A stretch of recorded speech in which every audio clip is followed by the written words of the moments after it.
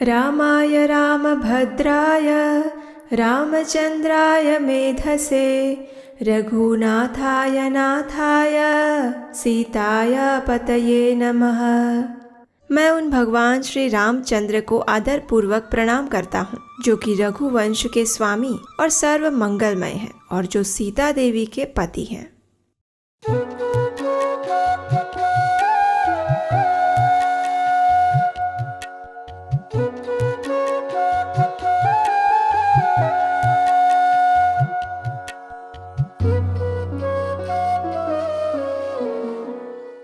हरे कृष्ण।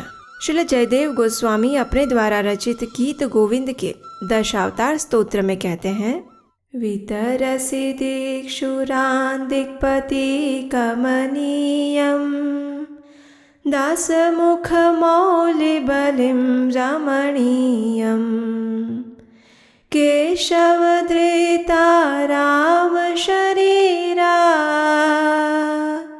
जय जगदीश हरे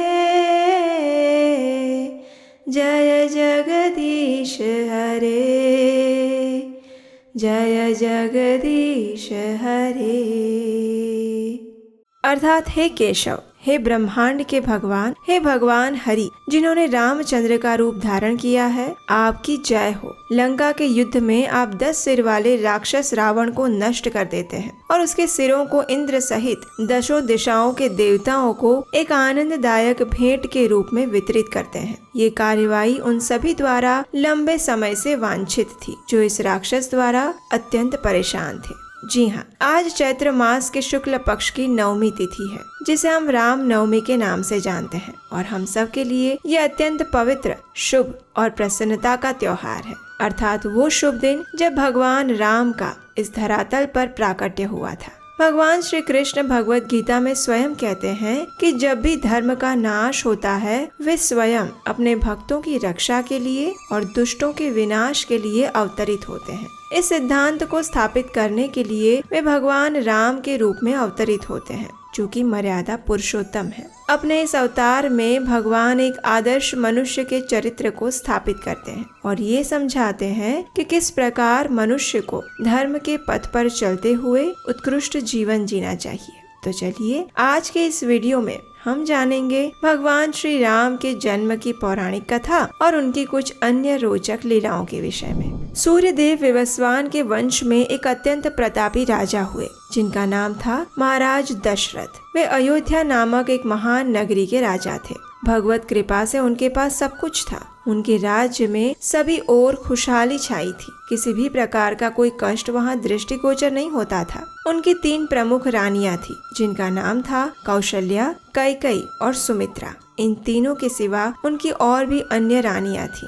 राजा दशरथ की एक पुत्री भी थी, जिसका नाम था शांता। महाराज दशरथ के एक अत्यंत प्रिय मित्र थे, जिनका नाम था महाराज रोमपद, जो कि अंग देश के राजा थे। वे निसंतान थे और भगवान से सदा यही प्रार्थना करते कि उनके घर में भी कोई बालक या बालिका हो। उनकी स्थिति को देखते हुए महाराज दशरथ को उन पर दया आ गई और उन्होंने अपनी पुत्री शांता महाराज रोमपद को दे दी। महाराज रोमपद दशरथ महाराज के इस महान कार्य से सदा सदा के लिए ऋणी हो गए। लेकिन ये भौतिक संसार है, यहाँ कोई भी प्राणी सर्वदा सुखी नहीं रह सकता। ब्रह्मा जी से लेकर एक चींटी तक सभी प्राणियों के जीवन में कुछ न कुछ कमियां अवश्य रह जाती है। इसी प्रकार महाराज दशरथ को भी हर समय एक ही चिंता सता रही थी, और वो ये थी कि उनके पास कोई पुत्र रत्न नहीं है जो उनके वंश की कीर्ति को आगे बढ़ा सके। बीतते हुए हर क्षण के साथ उनका संताप और गहरा होता गया। पुत्र प्राप्ति के लिए वे कई यज्ञ भी कर चुके थे, लेकिन कोई परिणाम नहीं मिला। एक बार उन्होंने अपने सभी मंत्रियों की बैठक बुलाई और उनसे विचार विमर्श करते हुए ये सुझाव रखा कि उन्हें पुत्र प्राप्ति के लिए अश्वमेघ यज्ञ करना चाहिए। तब वहाँ उपस्थित उनके महामंत्री सुमंत्र ने उन्हें अश्वमेघ यज्ञ के स्थान पर पुत्र कामेष्टि यज्ञ करने का सुझाव दिया। लेकिन साथ ही साथ महामंत्री सुमंत्र ने उन्हें ये भी बताया कि ये यज्ञ एक विशेष ऋषि ही कर सकते हैं। एक ऐसे ऋषि जिन्होंने अपने जन्म के समय किसी भी स्त्री का मुख ना देखा हो, जब महाराज दशरथ ने ये सुना तो वे अचंभित हो गए, क्योंकि साधारण तौर पर तो कोई भी बच्चा जन्म लेते ही अपनी माता अथवा धात्री का चेहरा तो देख ही लेता है। अब महाराज दशरथ को लगने लगा था कि ऐसे विशेष ऋषि का मिलना तो अत्यंत दुर्लभ है, लेकिन सुमंत्र ने उनसे कहा कि ऐसे केवल एक ही ऋषि हैं और वे थे ऋषि श्रुंग। वे विपंडक ऋषि के पुत्र थे और उनकी विशेष बात ये थी कि उनके सिर पर हिरण के जैसे सिंग थे। जी हाँ, ऐसा इसलिए था क्योंकि उनका जन्म एक हिरणी से हुआ था। एक समय जब महाराज रोमपद के राज्य में भीषण सूखा पड़ा था तो उनके मंत्रियों ने उनसे कहा था कि यदि ऋषि श्रुंगी के चरण उनके राज्य की भूमि पर पड़ जाएंगे तो तुरंत ही वर्षा होगी और उन्हें इस समस्या से राहत मिलेगी। उस समय महाराज रोमपाद ने ऋषि श्रुंग का विवाह अपनी पुत्री शांता से किया था। ये जानकर तो राजा दशरथ को लगा कि अब उनकी समस्या का हल अवश्य हो जाएगा। उन्होंने तुरंत अपने मित्र महाराज रोमपद को संदेश भेजकर अपने दामाद ऋषि श्रुंग को अयोध्या बुलाया और उनसे पुत्र कामेष्टि यज्ञ करने की याचना की। ऋषि श्रुंग ने उनकी ये याचना स्वीकार की और पुत्र कामेष्टि यज्ञ संपन्न किया। इस यज्ञ में आहुति देते ही एक दिव्य पुरुष प्रकट हुआ, जिनके हाथ में एक खीर से भरा हुआ पात्र था। यज्ञ पुरुष ने ये पात्र महाराज दशरथ को दे दिया और इसके बाद ऋषि श्रुंग ने महाराज दशरथ से कहा कि वे ये खीर रूपी प्रसाद अपनी प्रमुख रानियों को दे, जिससे वे शीघ्र ही पुत्रों को जन्म देंगी। यज्ञ के पूर्ण होने के पश्चात महाराज दशरथ ने ऋषि श्रुंग को दान दिया और उन्हें विदा किया। अब देखिए, यज्ञ से जो खीर रूपी प्रसाद मिला था वो महाराज दशरथ ने उसका आधा हिस्सा रानी कौशल्या को दे दिया और उन्होंने तुरंत ही इसे ग्रहण कर लिया। इसके पश्चात बचा हुआ आधा हिस्सा राजा ने 2 भागों में बांटा। उसमें से एक हिस्सा उन्होंने रानी सुमित्रा को दिया और रानी ने बड़ी ही कृतज्ञता पूर्वक उसे अपने हाथ में संभाल कर रख लिया। तत्पश्चात महाराज दशरथ ने दूसरे हिस्से के फिर से 2 भागों में विभाजित किया। उसमें से एक हिस्सा रानी कैकेयी को दिया, जिन्होंने अपने मन में इस संकल्प के साथ कि उनका पुत्र कीर्तिमान बनेगा और तुरंत उस खीर को ग्रहण कर लिया। और अंत में बचे हुए एक हिस्से को राजा दशरथ ने फिर से रानी सुमित्रा को दिया, जो अभी भी उसके पूर्व हिस्से को पकड़कर खड़ी थी। इस प्रकार देवी सुमित्रा को खीर रूपी प्रसाद के 2 भाग मिले, जिसे उन्होंने बड़ी कृतज्ञता पूर्वक अंत में ग्रहण किया। इस दिव्य प्रसाद के फल स्वरूप तीनों रानियां गर्भवती हुई और समय आने पर देवी कौशल्या तथा देवी कैकेयी ने एक एक पुत्र को जन्म दिया और वहीं देवी सुमित्रा ने 2 पुत्रों को जन्म दिया। ऋषि वशिष्ठ ने जब इन चारों भाइयों का नामकरण किया तो उन्होंने देवी कौशल्या के पुत्र का नाम राम रखा, देवी कैकेयी के पुत्र का नाम भरत रखा, देवी सुमित्रा के दोनों पुत्रों का नाम लक्ष्मण और शत्रुघ्न रखा। भगवान राम के जन्म को लेकर वाल्मीकि रामायण में जो वर्णन दिया गया है वो इस प्रकार है। चैत्रे नवमीके तिथौ नक्षत्रे दिति दैवत्ये स्वोच्च संस्थेषु पंचसु ग्रहेषु कर्कटे लग्ने वाक्पता विंदुना सह।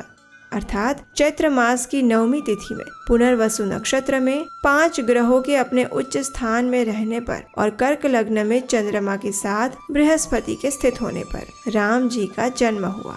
सभी विद्वानों ने भगवान श्री रामचंद्र के जन्म के समय में सूर्य, मंगल, बृहस्पति, शुक्र और शनि को उच्च स्थिति में देखा था। जब इन 4 भाइयों का जन्म हुआ तो चारों दिशाएं प्रसन्नता और दिव्य आनंद से भर गई। देवताओं ने आकाश से पुष्प वर्षा की, ऋषि मुनियों की दिव्य यज्ञ अग्नि स्वतः ही प्रज्वलित हो उठी और अयोध्या में तो जैसे कई वर्षों बाद प्रसन्नता की लहर छा गई, एक बड़े से त्योहार के रूप में। सभी नगरवासी के लिए मानो अपने जीवन का ये सबसे श्रेष्ठ समय था, जब उनके राजा दशरथ के यहाँ 4 राजकुमारों का जन्म हुआ था और महाराज दशरथ के आनंद की कोई सीमा नहीं रही। उन्हें लग रहा था मानो अभी तक उन्होंने युद्ध में जितने विजय प्राप्त किए हैं, जितनी तपस्याएं और यज्ञ किए हैं, उन सब से भी बढ़कर धन्यता का वे अनुभव कर रहे थे। उन्होंने अपने इस आनंद को अपने नगर वासियों के साथ साझा किया। उन सबको अनेक भेंट, उपहार और भोजन देने के लिए उन्होंने अपने राज्य का खजाना खोल दिया